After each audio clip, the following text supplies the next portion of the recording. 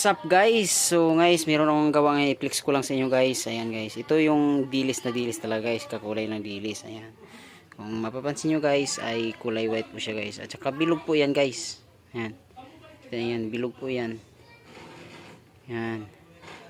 Dilis na dilis po talaga yan. Ayan, kulay. Yan po talaga yung kulay ng dilis.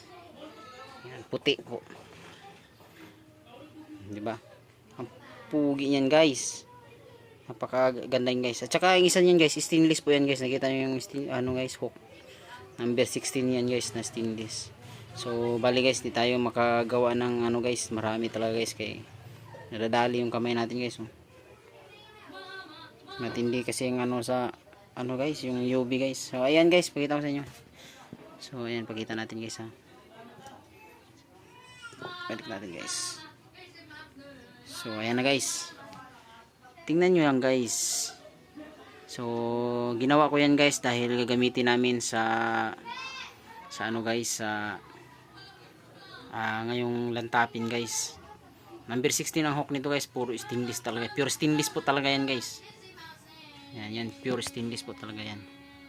So ang ganda guys, grabe.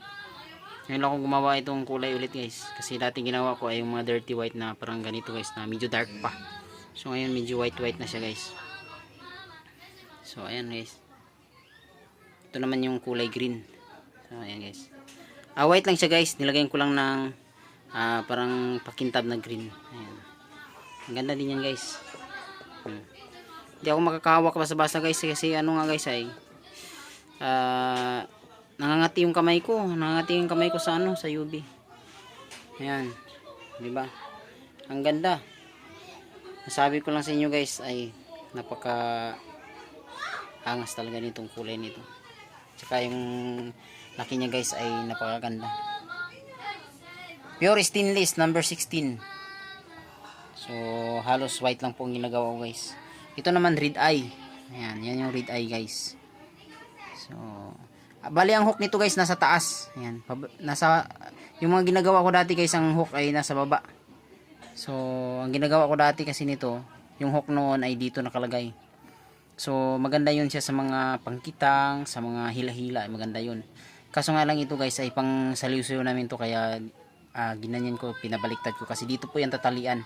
Parang dito po yan, parang tali po kasi yan, parang nakaganon lang. Kaya pag nakatumbog siya, nasa taas lang po ito. Wala siya sa, wala siya sa baba. So, ayan, yan yung po, kaya ang purpose po niya, nakaganyan. So abangan nyo ang next natin video.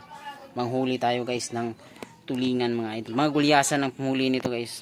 Ayan, tambakol. Kahit tuna guys, kaya nito guys. Kinakain minsan nga ito ng dorado guys pag nakikita.